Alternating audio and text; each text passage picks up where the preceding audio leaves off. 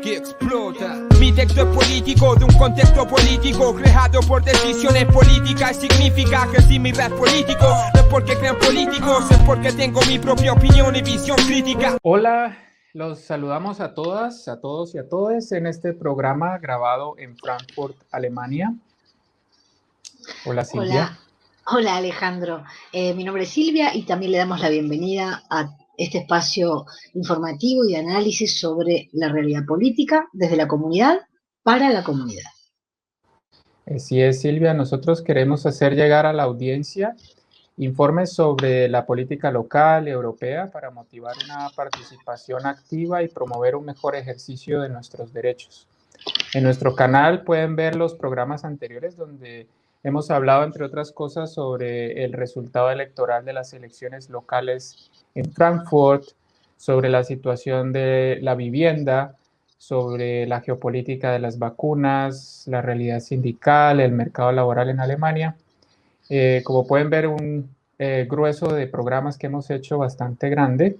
Y los invitamos a participar. Escríbanos por nuestras redes sociales, Facebook, YouTube, Instagram, en nuestro canal Rocom TV.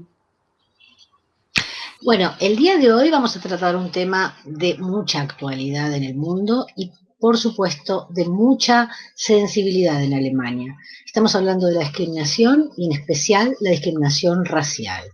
En el programa anterior sobre la brutalidad policial se discutió, por ejemplo, cómo la cultura de una sociedad y el clasismo político con el que se gobierna influencia la labor de una institución a tal grado que vemos cómo la discriminación y el racismo se institucionaliza.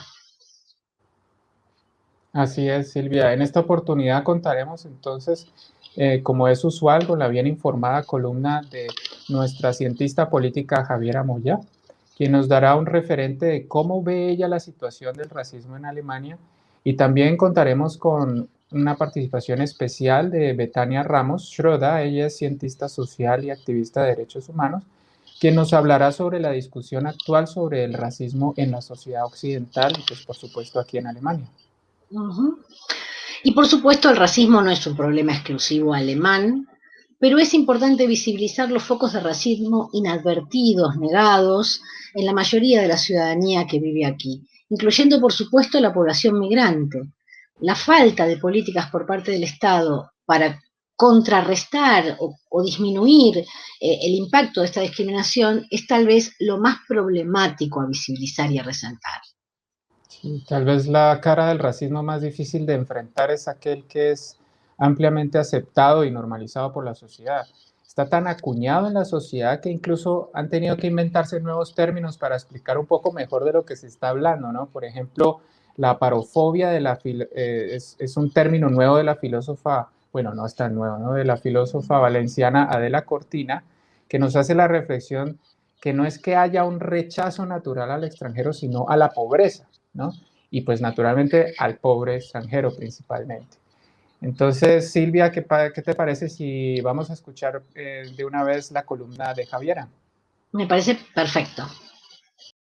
Mi texto es político, de un contexto político creado por decisiones políticas. Significa que si mi rap político no es porque crean políticos, es porque tengo mi propia opinión y visión crítica. Hola a todos. La discriminación es casi un tema normalizado en la sociedad alemana. La discriminación puede ser por religión, origen étnico, sexo, situación de residencia, color de piel, discapacidad e identidad sexual. La Agencia Federal de Antidiscriminación Alemana es la encargada de la Ley General de Igualdad de Trato. En esta ley se regulan las reclamaciones y las consecuencias jurídicas en caso de discriminación, tanto en el ámbito laboral como en el civil. Sin embargo, este marco jurídico no impide que sigan ocurriendo casos de exclusión. La Agencia Federal de Antidiscriminación informó que en el año 2019 prestó asesoramiento legal en un total a 3.580 casos, un 4% más que el año anterior, pero en este estudio señaló que las peticiones de consejo jurídico recibidas por motivaciones de origen étnico o racial aumentaron un 10% respecto al año 2018, lo que significa que en el año 2018 hubo 1.070 casos y en el año 2019 1.176. La mayor proporción de los episodios de racismo se producen en el lugar de trabajo o cuando se busca un empleo. Según la agencia, es cerca del 36%. La discriminación en las actividades cotidianas, como la búsqueda de vivienda, las compras, la gastronomía y la banca, representan un 26% de las denuncias. Existe discriminación en el día a día, pero también existe un peligro inminente para las minorías, cuando se generan actos terroristas como el ocurrido en el año 2020. Aconteció el fatídico ataque racista de Hanau, donde un extremista de derecha mató a 10 personas con antecedentes migratorios. Ante este hecho, la respuesta del gobierno fue denominarlo como un caso o un hecho aislado, demostrando la falta de autocrítica de la sociedad alemana, que les impide ver la discriminación institucional que vivimos las minorías en este país. No podemos dejar de mencionar que en el año 2019 ocurrió otro ataque terrorista en una sinagoga en Halle, donde hubo 2 muertos. Nuevamente, el asesino era de extrema derecha. Frente a estos hechos fatídicos, es válido preguntarse si es que las minorías están aseguradas en Alemania y que la pasividad de la sociedad le ha impedido hacer algo en contra del apogeo de la extrema derecha. En un reportaje del canal alemán Deutsche Welle, se estimó que hay cerca de 15.000 fascistas que están dispuestos a utilizar la violencia. Muchos de ellos poseen armas.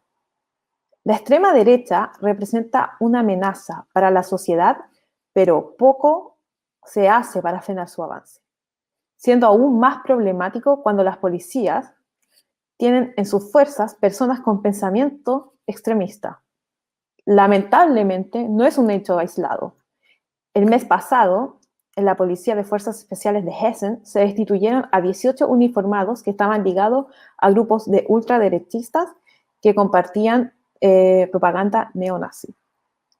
Las minorías tenemos derecho a exigir más proactividad de parte del gobierno alemán, siendo que somos ciudadanos que pagamos impuestos y cumplimos con todas las regulaciones que nos imponen.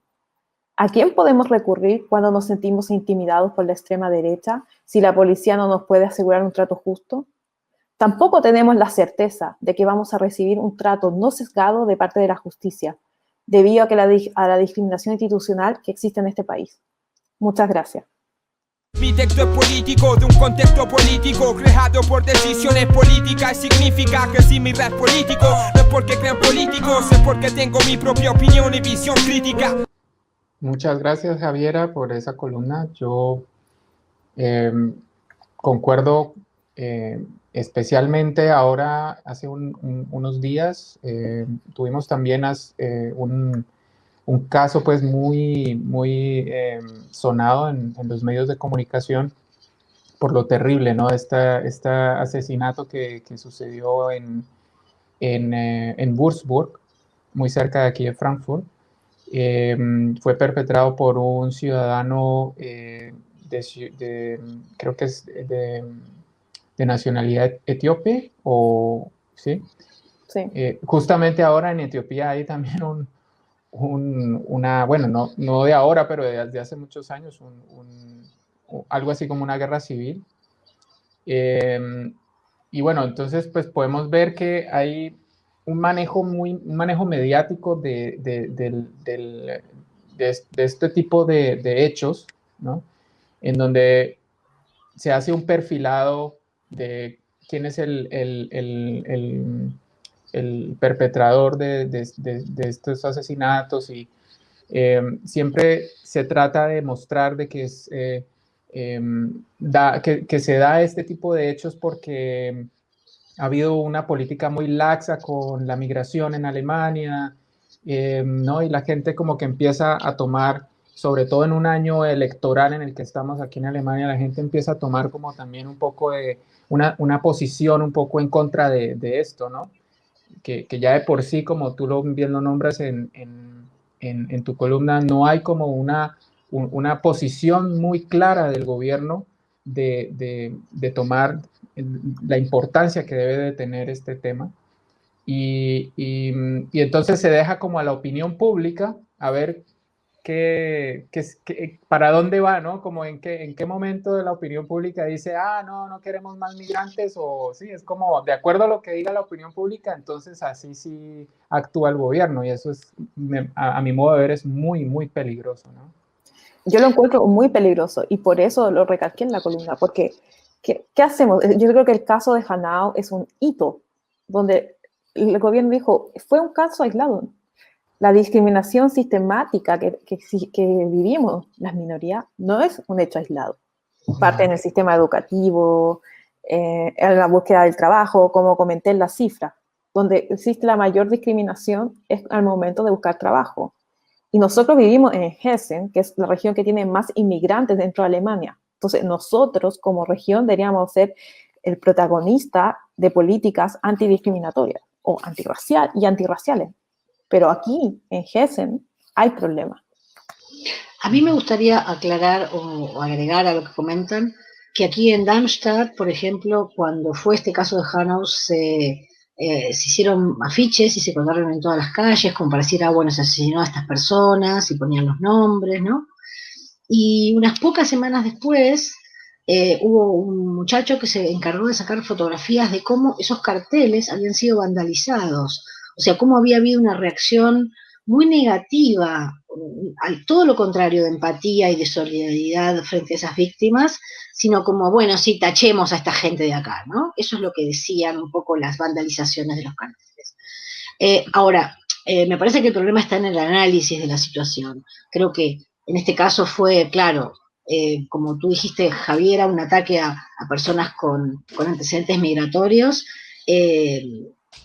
podemos llamarlo xenofobia. También hablan, como bien señalaba Alejandro, de esta cuestión de lobos solitarios, ¿no? Como parece que eso es el motivador, un loquito, una loquita que se ponen a hacer actos criminales, y como que no se quiere profundizar demasiado en dónde empieza esta construcción de dificultad de una sociedad integradora o plural o abierta. Y bueno, a mí me parece que un gran foco de ahí está en lo mal que se ha manejado todo el tema de cómo se sobrellevó la cuestión del nazismo, ¿no? O sea, es fácil verlo ahora. Estamos a décadas de la caída del muro, y que obviamente la caída del muro implicó un cambio estructural de este país en muchos sentidos, económicos también, y también sumado a eso la profundización del neoliberalismo, implicó también la pérdida del mercado de trabajo, en fin, condiciones generales de vida para la población que no fueron muy favorables, y es un campo realmente muy fértil para el crecimiento de pensamientos xenófobos, racistas. ¿Quién tiene la culpa de mi desgracia actualmente? ¿No? ¿A quién le echo la culpa de lo mal que me va? Y creo que realmente hay un trabajo bastante mal hecho, porque todo el planteo en contra del nazismo fue como un tema de, primero como que el pueblo se sintió culpable, el pueblo alemán, de ay, qué desastre lo que hicimos, y después fue como, bueno, no, tenemos que ser políticamente correctos. O sea, no le podemos decir a una persona qué negro, qué feo que sos, ni podemos decirle a alguien no me gusta cómo te vestís. O no podemos preguntar cuánta plata ganás. O sea, hay como una ética de cómo se debe mover la gente en el vínculo social, en la comunicación social, donde estos temas conflictivos no se tocan. Y obviamente no se puede resolver ningún conflicto sin hablar sobre él. Me parece que ese es un tema de análisis de la falta de... O sea, creo que el Estado alemán tiene un muy mal enfoque sobre la problemática de la discriminación. Sí, concuerdo contigo del enfoque de la dinámica de discriminación, pero también yo siento que no hacen nada para frenar la extrema derecha. Y la extrema derecha es un cáncer para nuestra democracia. Si queremos ser una sociedad multicultural, la extrema derecha no va con esta sociedad. Y siento que esa pasividad o esa mano blanda que tienen con la extrema derecha debería cambiar drásticamente. Sí, curiosamente es una tendencia la del crecimiento de las derechas y de las extremas derechas que no se restringe al territorio alemán. O sea, tanto en España como, bueno, Hungría, o sea, tenemos países vecinos que están viviendo esta situación, y en Latinoamérica también hay países que están viviendo este envalentonamiento, digamos, del discurso de derecha y el discurso discriminador. Esta semana han matado en Galicia a un joven de 24 años por ser homosexual a golpes. Entonces, bueno, ante el grito de maricón, maricón, maricón, le pegaron hasta matarlo. Un jovencito de 24 años. Sí, O sea, perdona, Silvia, y lo que hizo el gobierno de Hungría, ¿no? Tratar de hacer esa censura a nivel educacional ya, o sea, ya esto es una cosa pues gravísima, de quitar la opción pues a las personas, a los niños, a los jóvenes de informarse acerca de la identidad sexual, una cosa tan básica hoy en día. O sea, lo que tú dices, sí, perdona, te interrumpí, pero no, todo es bien, cierto. todo bien. Sí, sí. Ninguna interrupción. Bueno, y volviendo al otro tema, si están haciendo políticas públicas, el gobierno alemán está invirtiendo dinero, ¿por qué es tan ineficiente estas políticas públicas? Yo creo que también es una autocrítica que deberían tener. Sí, así es. Se invierten millones de euros. Sí, tal vez hay que pensar cuál es el modelo de país, ¿no?, que se quiere construir. Digamos, creo que tal vez cuando nosotros hablamos de sociedades integradoras, sociedades plurales, sociedades solidarias, eso va de la mano de un concepto de país donde toda persona tenga su lugar para desarrollarse. Y realmente el concepto de país que viene formulando el neoliberalismo en el mundo precisamente no es ese. Sí, así es. Y bueno, si uno mira, por ejemplo, las políticas bueno, esto viene, como tú ya lo dijiste, Silvia, desde la época pues, de la posguerra, ¿no? Que aquí no se hizo un trabajo o el trabajo que se hizo pues no fue lo suficiente para de alguna manera trabajar en la sociedad lo que significó el nazismo, pero fuera de eso también todo lo que fue el aparato burocrático del nazismo en el establecimiento siguió su rumbo, ¿no? Como que siguió en muchas posiciones burocráticas en diferentes ministerios haciendo políticas y eso nunca cambió. O sea, las cabezas visibles o no visibles de esos ministerios, sobre todo en el Ministerio de Relaciones Exteriores, y que es como, pues, digamos, ese muro de concreto que no permite la migración, no porque así no porque yo lo diga, sino porque así lo presentan ellos mismos en su página web, ¿no? Que, o sea, su función es regular la migración, o sea, ellos lo dicen de frente, pero no regularla de una manera de tratar de integrar o, no sé, qué sé yo, hacer una sociedad funcional. No, la regulación es no permitir que entre gente. Esa es la función. Y ellos lo tienen claro. Entonces, si la institucionalidad está hecha de esa forma, no se trabajó en la posguerra esta situación, entonces lo que estamos teniendo ahora es casi como que el gobierno está de manera repentina mirando a ver qué hace con una bola de nieve que se está creciendo sin control. De todas maneras, creo que este pantallazo general de discriminación estuvo muy bien, pero creo que nuestra invitada, que vamos a tener después, nos va a ayudar tal vez a enfocarnos más en la cuestión llamada racial, ¿no? Y me parece que, bueno, estaría bueno que cerráramos este capítulo ahora y pasemos a escucharla a Betania y ver qué tiene para aportar sobre el tema específicamente la discriminación racial. ¿Qué les parece? Así es. Vale, Gracias. Javiera, muchas gracias. Muchas Gracias a gracias, Javiera. ustedes, un gusto. Mi texto es político, de un contexto político creado por decisiones políticas. Significa que si mi rap político no es porque crean políticos, es porque tengo mi propia opinión y visión crítica. Muito boa noite a todas e todos. É grande prazer estar participando pela primeira vez dessa iniciativa tão potente, que é esse programa Local Politique, uma iniciativa da RUCOM. Fico muito feliz em poder contribuir com um debate tão importante, tão fundamental sobre essa reflexão que hoje se coloca como pauta da nossa conversa e a pauta da minha coluna de hoje sobre a discriminação racial. Nós sabemos que vivemos um momento desde o último ano, 2020, foi um ano extremamente radical, extremamente importante para muitos de nós. O ano de 2020 foi marcado pela pandemia, foi marcado pelo assassinato, o massacre de Hanau, especialmente para nós vivendo aqui na Alemanha. Foi marcado por episódios muito importantes, vários levantes em diversos países, na Nigéria contra a violência policial. Então foi um ano de muita efervescência, e nós sabemos muito bem, nas ciências sociais, mas também como ativistas políticos, que nesse contexto onde há pressões sociais, onde há uma intensidade, onde há uma necessidade muito grande de posicionamento, onde há pressão, há também resistência. Então, começando a minha coluna, especialmente o assassinato de George Floyd nos Estados Unidos e os levantes subsequentes por justiça, que foram organizados especialmente pelo movimento Black Lives Matter nos Estados Unidos, assim como o massacre de Hanau na Alemanha, e as mobilizações dos sobreviventes e familiares foram marcos muito importantes do fortalecimento do debate racial, especialmente no mundo ocidental e, consequentemente, no nosso território da Alemanha. Nesse debate, o papel das instituições, especialmente da polícia, enquanto agente de violência racial, foi confrontado, sobretudo, a partir da problematização da prática do racial profiling, cada vez mais estabelecidas nas abordagens policiais e que vocês discutiram no último episódio do Local Politique sobre o papel da polícia e a violência policial. Então, esse debate impulsionou, né? Assim, desde o ano passado, a gente vem, especialmente aqui na Alemanha, com um impulso muito grande de se perceber, de aprofundar o debate racial, em que, quando a gente está tratando do conceito de racismo, especialmente aqui na Alemanha, o que as contribuições teóricas, mas também o que o movimento social, os movimentos negros, os movimentos antirracistas na Alemanha, o que eles vêm percebendo,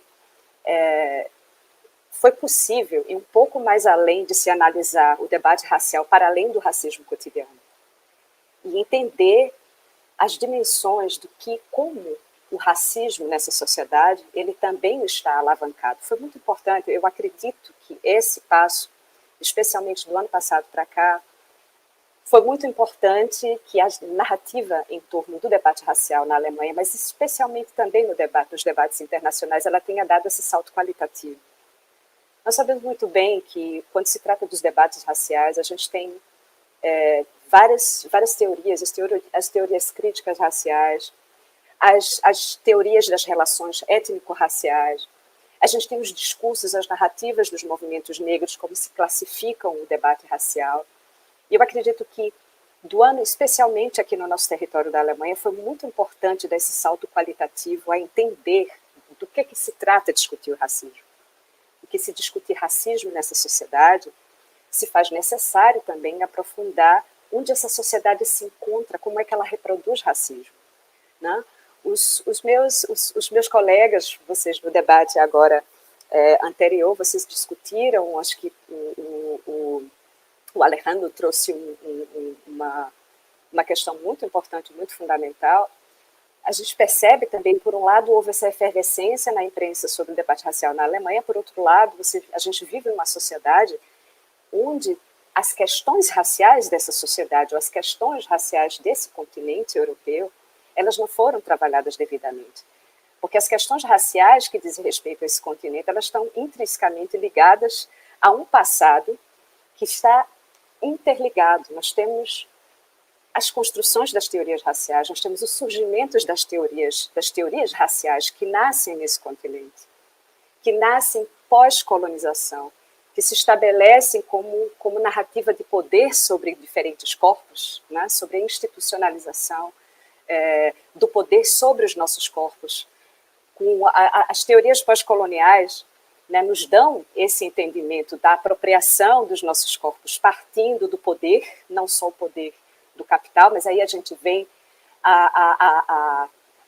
as questões de como os nossos corpos são subalternizados, especialmente a partir do processo de racialização. E nesse contexto de racialização, a gente tem também diferentes hierarquias de pessoas que são aceitas ou não em determinadas sociedades. Então, esse processo de racialização, quando a gente hoje em dia vem discutir, vem aprofundar o debate racial, se faz muito importante, muito necessário entender, nessa sociedade alemã, quem são as pessoas racializadas. Existe um outro aspecto dessa discussão, que é a linguagem, né? Nós sabemos que há uma tendência, especialmente nós, no contexto da migração, onde se fala onde nós circulamos entre a discriminação e o racismo, onde a palavra discriminação muitas vezes é muito mais utilizada, ela é frequentemente utilizada, porque ela é uma Begriff, como se diz no alemão, uma definição, vamos dizer assim, um conceito, que diria que ela poderia abranger diferentes formas de opressão, né? Se a gente fala como racismo e discriminação como um exercício de uma opressão, como um exercício de subalternização de uma pessoa sobre o outro, mas se faz muito necessário também e urgente o que é que caracteriza essa forma de opressão sobre o outro, sobre uma outra. E quando a gente mergulha mais profundamente nessas dinâmicas de opressão, se faz muito necessário entender a dimensão racial. E quando a gente fala da dimensão racial, a gente não fala só como diferenciação, a gente está falando de um fenômeno, que é o fenômeno da racionalização, que não é o fenômeno das nossas narrativas. Não somos nós somente que nos afirmamos como pessoas negras, especialmente quem vem da luta dos movimentos negros, onde a gente fala do orgulho da negritude. Nós falamos do orgulho da luta, mas não falamos orgulhos de ser negro, porque essa expressão negro é uma expressão que representa uma violência histórica de racialização. Então, não somente ser negro, mas a própria palavra, a expressão índio, né? Ou a expressão cigano, como é o caso aqui, que é o problema da Europa, a questão cigana, a questão judaica, muitos elementos que esse continente europeu, no seu processo interno também de racialização dos seus povos, ele também são processos inacabados, que, na minha opinião, eles se reproduzem também na atualidade. Se essas dinâmicas, como se diz, né, existe a professora Vanessa Thompson, que é uma grande estudiosa abolicionista, que foi pesquisadora aqui na Universidade Goethe, ela escreve, tem pesquisado profundamente sobre as relações, a herança colonial nas instituições alemãs. Ela diz uma sociedade que ainda não foi completamente narcificada, desnazificada, então é uma sociedade que ela vai reproduzir estruturas raciais. Então nós temos casos concretos de racialização nas estruturas. Basta nós ouvirmos os relatos dos parentes das vítimas do massacre de Hanau, onde a gente pode dizer claramente que aquele posicionamento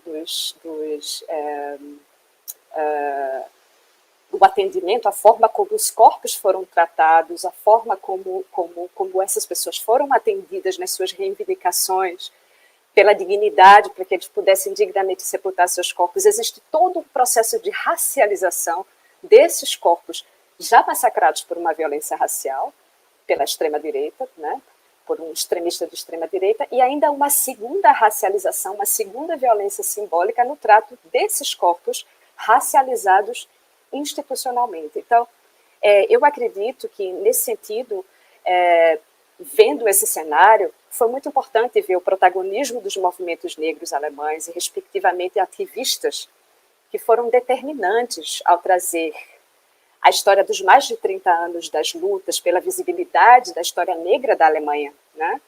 E não só a história negra, porque uma das coisas que foi muito interessante de ver nos últimos tempos para cá, dos movimentos negros, é esse entendimento das lutas, as lutas dos judeus, as lutas árabes, as lutas do povo Roma e Sinti. Existe um entendimento que se pode perceber dessas ações dos movimentos sociais chamados criticamente de identitários. Existe um entendimento da importância de um entendimento, de uma aproximação dessas lutas para se fortalecerem mutuamente.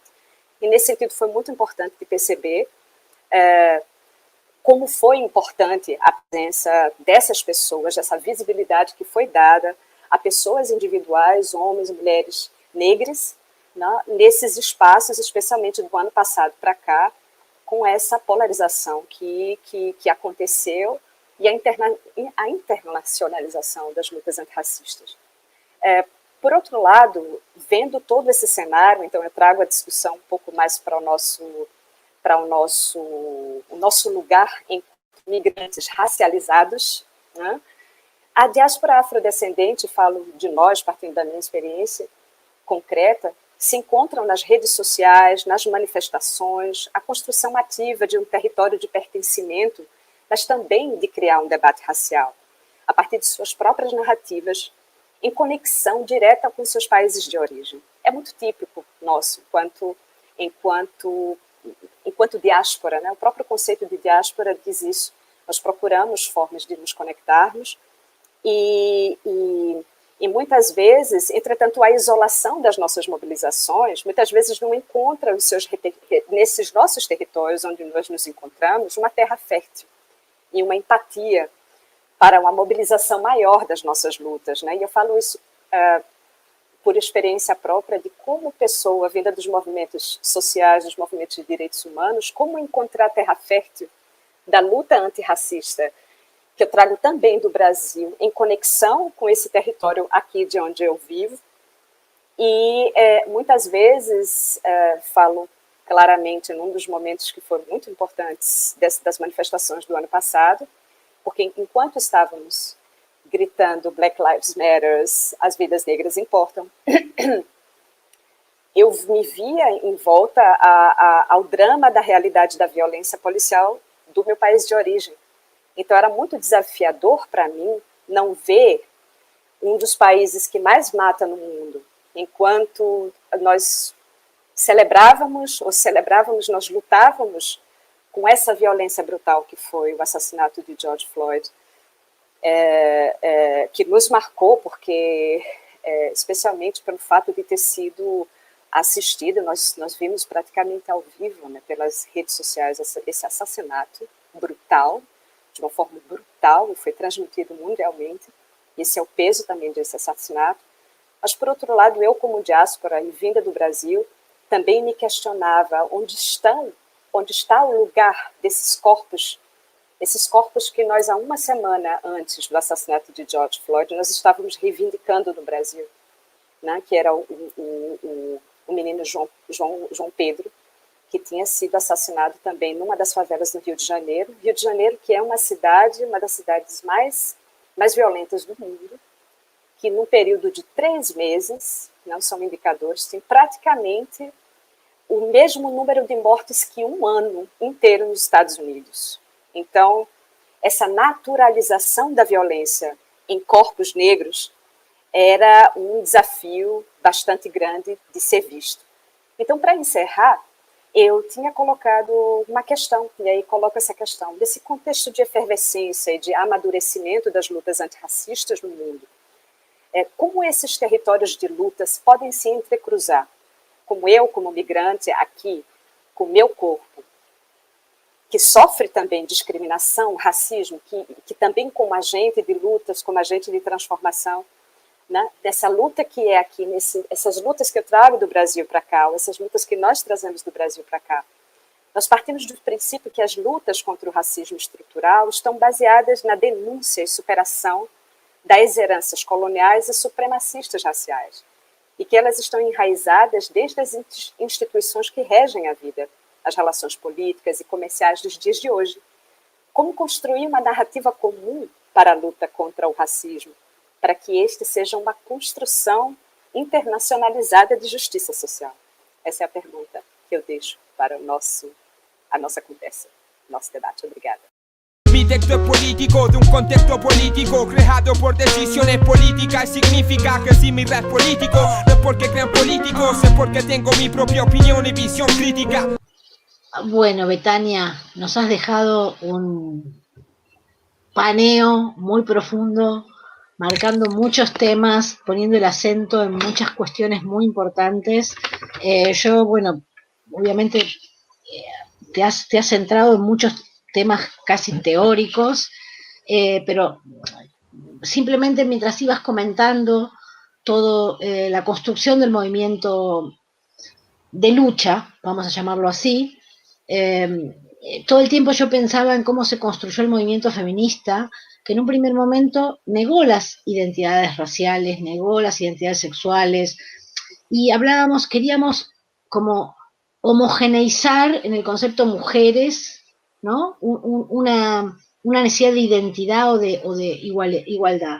Y acá cuando vos mencionabas el tema racial y la construcción justamente teórica del mundo europeo sobre nuestras realidades, por supuesto plagada de toda la cultura postcolonial, yo mientras tanto pensaba, bueno, pero a ver, a decir verdad, en términos antropológicos, las razas no existen. Lo sabemos positivamente. Claro.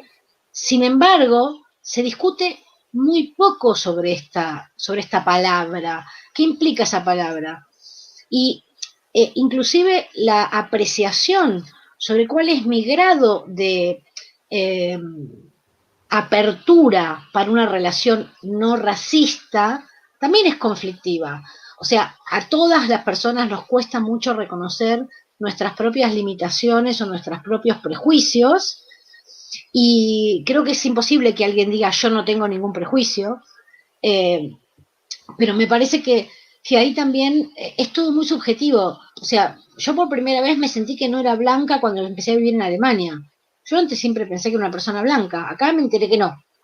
Y me parece casi chistoso eso, porque creo que, como vos decís, la mirada de la otra o del otro construye este lugar de aceptación o rechazo, y que eso está cruzado por una infinidad de variables.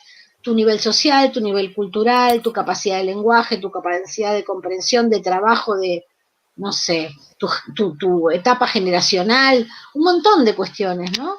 Y me parece que vos hablaste de la racialización, para mí es un término nuevo, racialización, porque no termino de entender si racialización es un concepto positivo o negativo, si esto habla de justamente posicionarse como ha hecho el mundo gay, por ejemplo, decir, es mi orgullo, yo hago mi fiesta del orgullo gay porque quiero visibilizar mi decisión, quiero que sea pública, quiero que sea aceptada, y no sé si racialización es exactamente lo mismo, es otra cosa.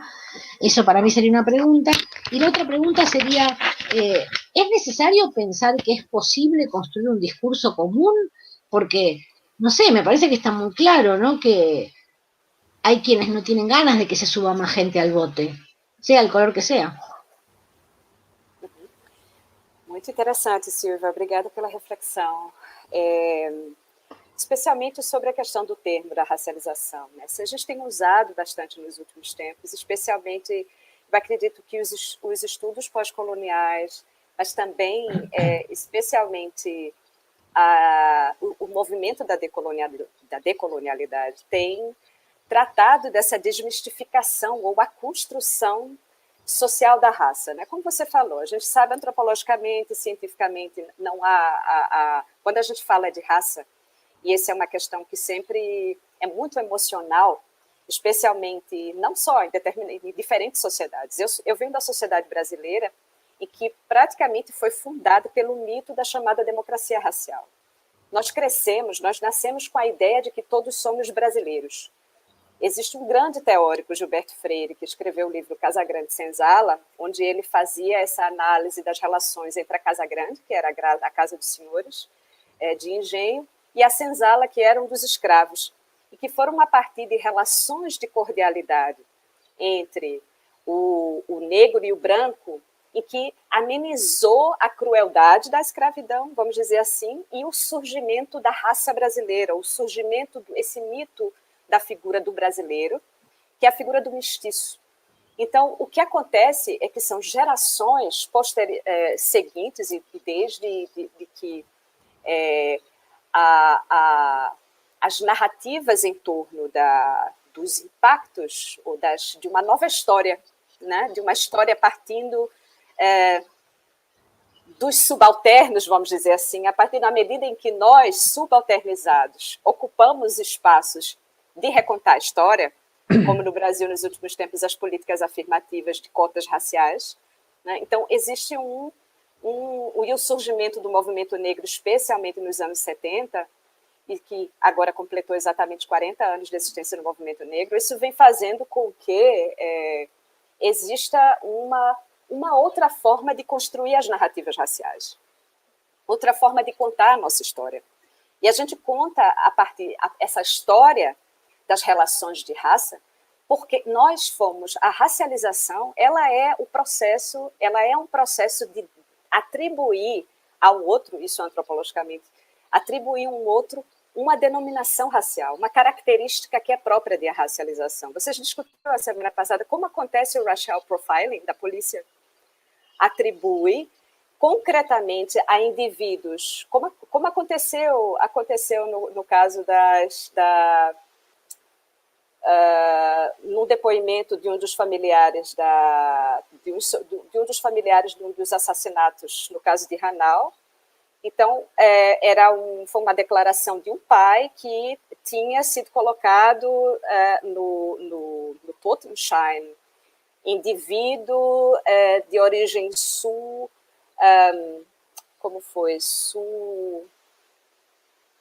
sul-europeia ou árabe, alguma coisa nesse sentido. Então, a gente classifica a racialização quando você, a partir da aparência, atribui determinadas características que se justificam depois como um perfil, se estabelece um perfil institucional de indivíduos que faz com que a polícia, a partir desse perfil, ela vá abordar determinados indivíduos que tenham essas características. Então, é um conceito negativo, então? Isso é um conceito negativo. Então, a racialização, ela é esse processo de racializar um indivíduo, é de atribuir atribuir a esse indivíduo, ou, por exemplo, ao meu bairro aqui de Bockenheim, que é um bairro onde tem a maioria imigrante, isso justifica, e imigrantes turcos ou árabes, isso justifica, muitas vezes, por conta desse perfil racializado, justifica o perfil de que a polícia aumente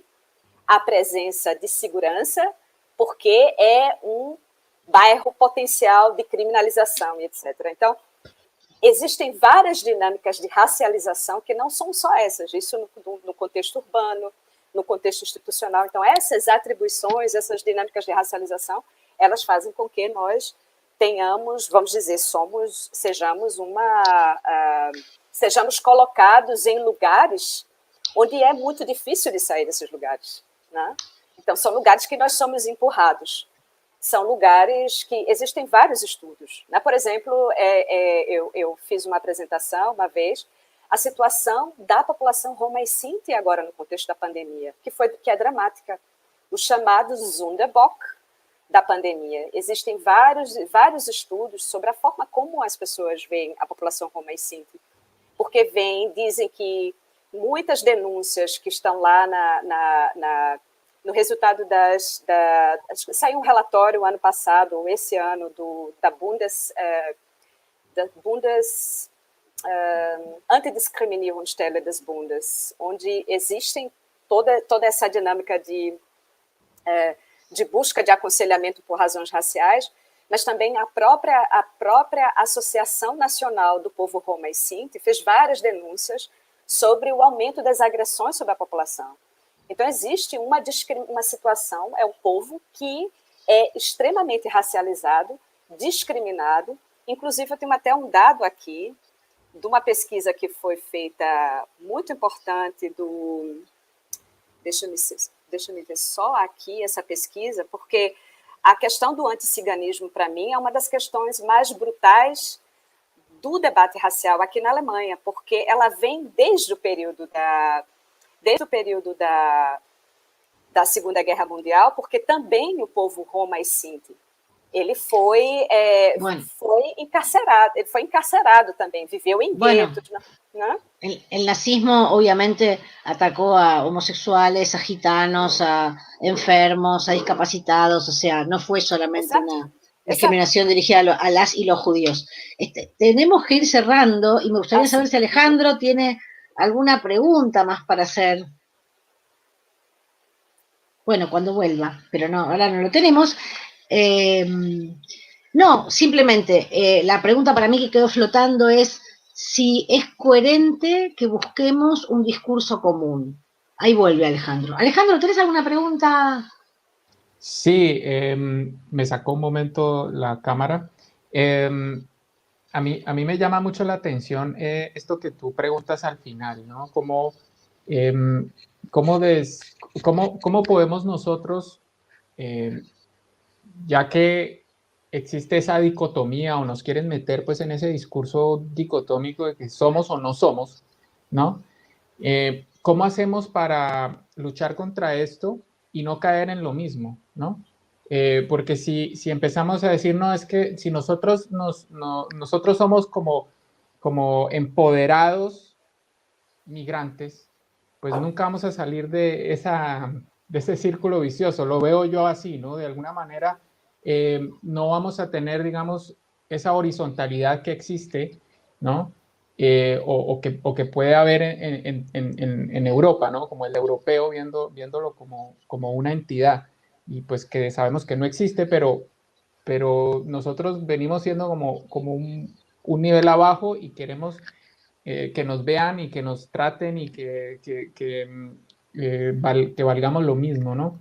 Y por otro lado también quería que esa lucha, o de alguna manera proponer que esa lucha tiene mucho que ver con lo que tú decías de la historia colonialista de Europa, ¿no? Que de alguna manera perpetúa aún hoy en la modernidad esa relación de poder que quiere que siga existiendo, porque yo como lo veo personalmente, lo veo es como que es una perpetuación como de la esclavitud, ¿no? Y esa relación de poder que se quiere perpetuar y que se quiere ejercer sobre el migrante para seguirlo explotando económicamente, ¿no? Porque yo soy de los que afirma esa teoría que lo que se quiere es mantener la ilegalidad y la dificultad de la migración es para perpetuar esa explotación, ¿no? Que esa relación de poder se siga sosteniendo. Sim, com certeza. Eu acredito que o debate racial é um debate sempre muito emocional, né? Porque a gente sempre parte do olhar a partir de onde nós estamos, muitas vezes, a grande maioria. E é impossível, né, assim, não partir do lugar de fala, né? Então, eu vejo que nós estamos, nesse momento, eu acredito que todo o movimento da decolonialidade, os movimentos sociais, as novas narrativas que existem de tentar superar o entendimento de que existem narrativas como a narrativa de classe, de que ela historicamente foi importante para nos dizer que as relações de poder, elas são relações que se estabelecem sobre os nossos corpos, mas o que foi importante também, o que está sendo importante dessa nossa geração, especialmente com os movimentos de decolonialidade, as lutas antirracistas, que elas estão trazendo a necessidade de se discutir a temática racial. A raça, ou a construção social da raça, enquanto um fenômeno de exercício de poder e de subalternização de corpos, ela é um fenômeno que hierarquiza, violenta, simbolicamente e fisicamente pessoas. Então, é preciso mergulhar nesse entendimento do que é o fenômeno do racismo, né? E quando a gente fala de mergulhar nesse fenômeno do racismo, não é uma narrativa de disputa de narrativa, do que é, se a palavra discriminação é mais aceitável, ela tem que ser desconfortável, é preciso falar de coisas desconfortáveis, como nós tínhamos colocado antes. Falar sobre racismo numa sociedade em que tem o racismo como um tabu, ouvindo de sociedades como as nossas, em que uma elite branca colonial se estabeleceu ao longo de toda a sua história, que se permaneceu no poder a partir dessas estruturas coloniais que se mantiveram, inclusive, na modernidade institucional dessas instituições, elas se mantêm. É preciso pensar e é preciso agir nesse contexto. E eu acho que a construção, a minha preocupação não é com uma construção, um entendimento comum, ou uma luta comum, mas é o entendimento. Eu acho que é o desafio maior que nos coloca, é como nossas lutas, que são diferentes, porque somos a intersexualidade no debate do feminismo intersexual, que o feminismo negro traz, de dizer nossos corpos são tratados diferentemente em termos de opressão. Então, vamos olhar de perto essas opressões como são reproduzidas. Então, e aí ver. Isso não é uma disputa de quem mais oprimido ou menos oprimido. Isso é uma tentativa de construirmos um diálogo dentro dessas dinâmicas de opressão que somos conduzidos e a partir disso construímos a nossa solidariedade. E aí, para encerrar, eu acredito que o que tem acontecido, a experiência que tem acontecido, tanto no movimento, a fusão dos movimentos negros alemães com os movimentos de Roma e Sinti, por exemplo, aqueles que estão, a população racializada, volto a dizer, existe uma tentativa de construção de um entendimento comum, como no Brasil, agora com o debate à comunidade indígena. O movimento negro e a luta indígena dão as mãos juntas e dizem, nós somos vítimas dessas estruturas de opressão e precisamos caminhar juntos na luta pela terra, na luta por dignidade, na luta pela vida. Eu acredito que nesse momento onde a gente entende onde estão as nossas lutas e dialogamos nessas lutas, a gente constrói um caminhar de enfrentamento comum para as questões que são maiores na construção da justiça social que queremos. É isso. Muy bien. Sí. Muchísimas gracias, Betania, por tu debate, por tu propuesta, por tu hacernos pensar. Gracias, muchas gracias. Sí. Muy bien. Estou muito uma grande honra estar aqui com vocês. Obrigada. Sí, de acuerdo. O sea, a mí, para mí no estaba tan claro lo que dijiste al final. Me parece que es fundamental. Tenemos que encontrar puntos comunes, acuerdos, llegar a acuerdos, porque no puede seguir pasando que todos tiremos para nuestros intereses y identificarnos como alguna cosa y luchar solo por eso, porque al final somos minoría, ¿no?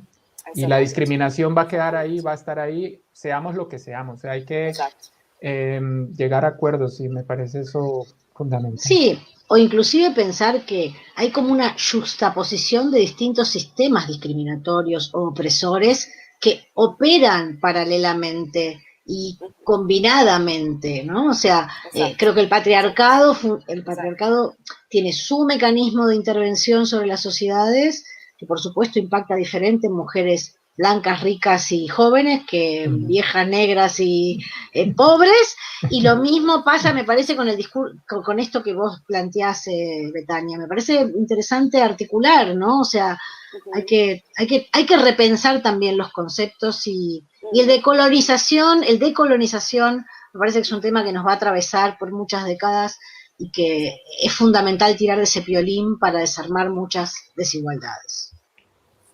Así es. Tal vez quieras agregar algo, Betania, algo más. Si no, entonces, pues de nuevo invitarlos a todos y a todas a que nos escriban, a que participen en este programa que es para ustedes, de la comunidad para la comunidad, a que nos den sus ideas, si quieren hablar sobre qué temas les gustaría comentar, si quieren participar como columnistas, así como lo hizo Betania. Entonces, escríbanos y, bueno, no sé, Silvia, ¿tú quieres? Simplemente decirle gracias a Betania, muchas gracias por haber estado aquí. Seguramente vamos a seguir hablando de descolonización y de otros temas y tal vez te volvamos a invitar. Y bueno, gracias por participar. Sí, muchas gracias, Betania. Prazer é todo meu, gente. Muito boa noite a todos. Hasta pronto. Prazer estar aqui com você. Até mais. Te dejamos. Adiós. Adiós. Bueno, y le decimos adiós también a todas las personas que están del otro lado, recordándoles que necesitamos que si tienen algún tema que les interese, que les toque la fibra y quieran que pongámonos a debatir en común, aquí estamos para abrir ese debate. Así es. Muchas gracias, Silvia. Nos vemos en una próxima oportunidad. Hasta pronto. Adiós. Hasta pronto. Aquí explota. Mi texto es político, de un contexto político creado por decisiones políticas. Significa que si mi rap es político, no es porque crean políticos, es porque tengo mi propia opinión y visión crítica.